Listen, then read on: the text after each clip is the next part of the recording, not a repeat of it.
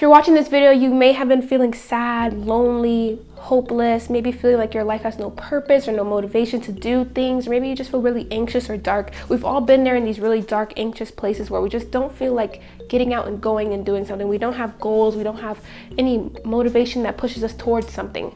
And so it's like really dark. It's a really dark place and it's not fun to be in. No one wants to be there. And I'm going to be talking about what I've done in the past to help myself get out of these mental states and to really feel the love that's inside of us, feel the love that's inside of our hearts, and really shine through these dark places. Number one, know that you are now entering a place of healing and that this is a time for you. This is not a time to be taking care of other people, other communities, other places, things like that. This is a time for you to really go inward, do the work for yourself, and really take time for yourself. You can't have other responsibilities right now. You can't have other things that you need to be doing. You need to really take this time and know that this time is for you.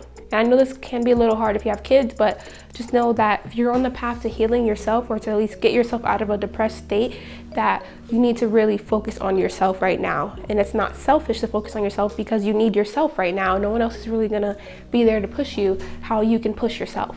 One of the things that I like to do for myself is I like to have silent moments. These times where I'm alone, I'm in silence, I don't have any music playing, I don't have technology, I'm not on social media, I'm really sitting with my emotions. So let's say your emotion is sadness or anxiety or fear or worry or just anger.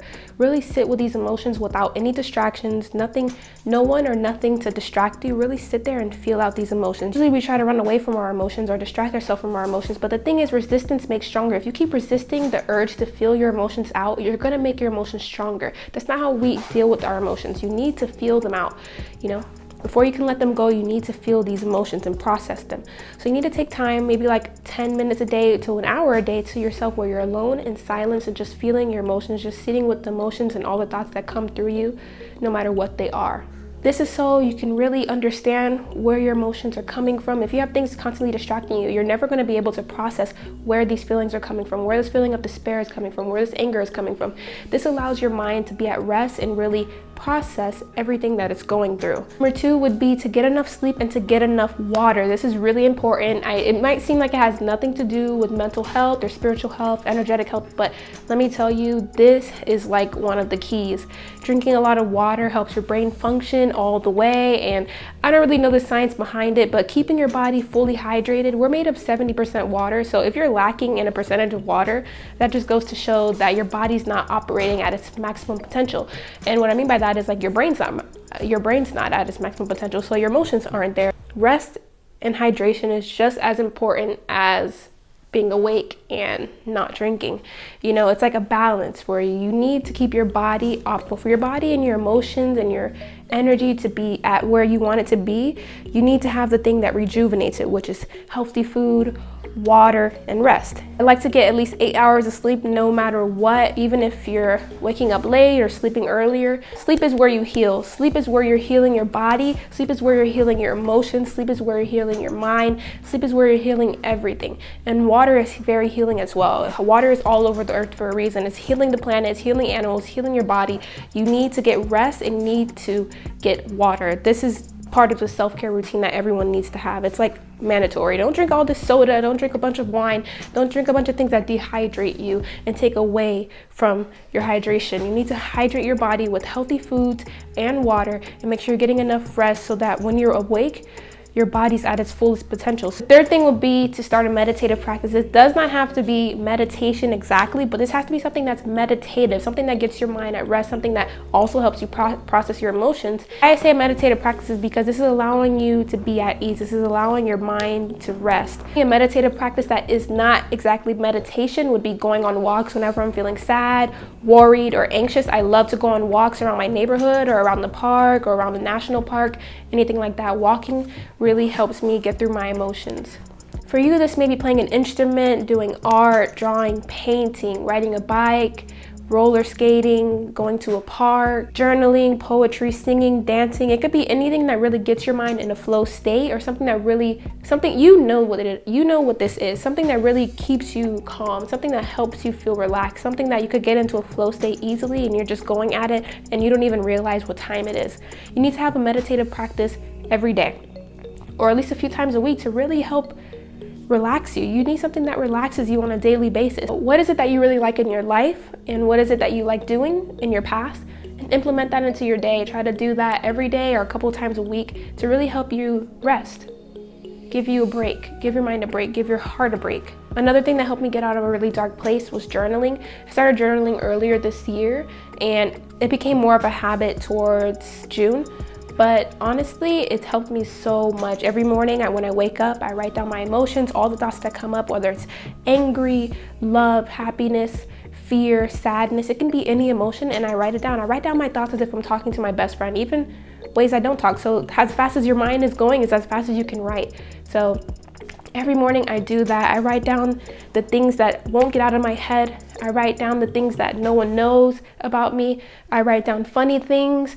I talk to it as if I'm talking to someone like my twin sister. I don't even have a twin sister, but that's like who I'm talking to. Like, who's gonna read this journal? No one, unless you want them to. So you can really write down anything you're feeling and thinking, because you gotta get those out of you. You don't wanna suppress yourself. You don't wanna keep that inside. You need to get those emotions out. If you don't feel comfortable talking to someone about what you're going through, you need to write it down. You need to express yourself. You need to let it out. You cannot keep those emotions harbored up because it's just going to build up until the point where you break, the point where you can't take it, the point where you're letting your anger out on someone else, the point where you're hurting yourself or hurting other people. So you need to process your emotions any way that's best for you. But what I recommend is journaling every morning, or you could journal at night or randomly in the day, whenever you'd like, whenever it's best for you. Last thing, this is probably one of the hardest things that I've had to do, was to cut out people and things that were no longer serving me.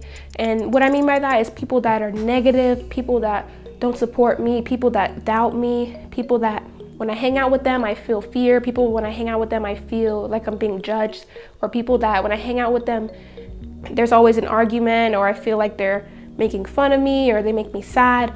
You need to cut out people who have not changed. Maybe you've had talks with people and they just can't change. Like, you can't change people. We can't change people. So it's better to just replace these people, because we don't want to have to change them. They're on their own path. They're on their own journey. And it's not, what they do is not your fault. And so it's best to just get rid of the dead weight. And I know it's kind of sad, but sometimes it's the people that we love the most that hurt us, and that can hold you back from your growth mentally, spiritually, physically, financially, whateverly. It can be whatever. And also any of your bad habits. You need to look at your life and see the patterns that you took that led you to where you are right now, whatever feeling that you're going through right now. And you need to see what people in your life kind of led you astray. What things are you doing daily? What habits are you doing that led you that way? What places are you going that get you in those low emotional states? You need to really examine your life and see what places you need to stop going to, what people you need to stop hanging out with as much, or what things you need to stop doing. That one is like one of the hardest things ever, stopping things that are at like a lower vibration. You know, it's for the best sometimes, and you know, you never know. Once you let these people go and you work on yourself and you heal yourself and you forgive yourself and you forgive others, you never know. Maybe these people might change, or they might grow. Maybe you just need to separate for a little bit so you guys can grow on your own, and then maybe come back together and be friends again, or family, or whatever it is. But for now, since, like I said, since you're in a point of healing, it's about you. It's not about how it's going to make other people feel, how you're going to look to other people. It's not about that. It's about getting you at a better state of mind and at a better emotional frequency. Another thing that I did was I started eating healthier. So I don't eat any fast food. I don't eat any junk food. I don't snack on things that have like 100 different ingredients of things I can't pronounce. I don't eat meat or dairy. I know that's harder for some people, but what I would say is, once you cut out sodas, junk food that isn't too healthy, there's just snacks that are at Whole Foods, Trader Joe's, Natural Grocers, Target, Sprouts, all those healthy food stores. They have like alternatives that taste good, to me at least. So you don't have to eat junk food that we grew up with. Like, I see junk food that I grew up with and I'm just like, oh, I want to eat that so bad. I'm just like, dude, it's not even real food. Like, what the hell is in that food? I don't know what's in it, but it's not food. It's nothing like from the earth, so it must be from an alien or something. I don't know where it's from. The thing is that all these chemicals and all these disgusting things that they're putting in our food is messing with your mind, and it's actually affecting you. It's causing people to be more anxious, and it's causing people to be more sick, and it's causing people to be sad. Literally, like, look at the back of your food labels, these freaking chemicals, like, who knows what they are. Trust me, this is like a big play of like your mental health and your emotional health. So I would highly suggest at least cutting out junk food and fast food and soda if you can't like cut out meat and dairy just yet. Yeah, those are things that help me get out of my emotional rut, things that have helped me improve every day. I'm still in like a healing process. I'm still healing every day, and I'm still becoming like a different part of me every day. Like, I'm not perfect, I'm not happy every day, I'm not full of love every day. Like, sometimes I am and sometimes I'm not. And when I'm not, these are the things that I have to remind myself to do that help me get to where I want to be. You know, healing is different for everybody. Grieving is different for everybody. Pain is different for everybody. It could take a couple days, it could take a couple weeks, it could take a couple months, it could take a year or two.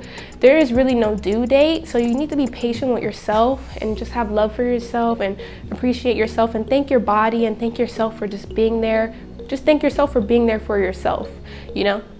Your body is doing a lot of work every day just to keep you alive. Like, your heart is beating, your brain is telling every single organ and nerve and everything what to do. Like, just be happy for yourself and tell yourself how much you love yourself, because you're doing so much right now, like things that you're not even noticing. Another thing that I've had to learn was to just be patient with my growth and be patient with my healing, and that know that there's no rush. And every day, as long as like there's like a little bit, or at least I'm trying, then it's fine. It isn't just gonna happen in a week. Some days you might not feel like doing a bunch of stuff. You might just feel like just being on the couch, and that's okay. You need to just tell yourself that it's okay to be on the couch right now. It's okay to be sad. It's okay to not want to do anything that day. It's okay to want to stay in. It's okay to not want to do the things that you think you should be doing. And just take it slow. And everything's a process, and everything's a part of your journey, a part of your path that was chosen for you to take. Just be grateful that you're here for a reason and you got to experience what you experienced so far. That you were chosen to like be aware that you're capable of overcoming the situation that you're currently in, and that like you're like, I don't know, that's how I see it, that you're just like so lucky to become aware that you can overcome what you weren't aware of, and that it's like just double strength, how I see it. And that it's just so cool, like the opportunity that humans get to have of being alive and being here and just feeling everything. It's so crazy. Like, you could have been like a bus or a train or a freaking dog or something. You know, well, maybe you already were. Maybe you already were a dog in like a past life. But the point is, right here, right now, when you're watching this video, it's so cool. And if you're not a human watching this video, then what's up? Maybe you feel emotions too, I don't know. But the point is that subscribe to my channel. I want to make more videos about emotional and physical healing naturally, as well as affirmations, guided meditations, things that I read from my books. I read a lot of books, and I want to start making videos about them, things about manifestation and raising your vibration and letting go, just different things like that that I'm into. So subscribe if you want to see videos about that, and I will see you next video.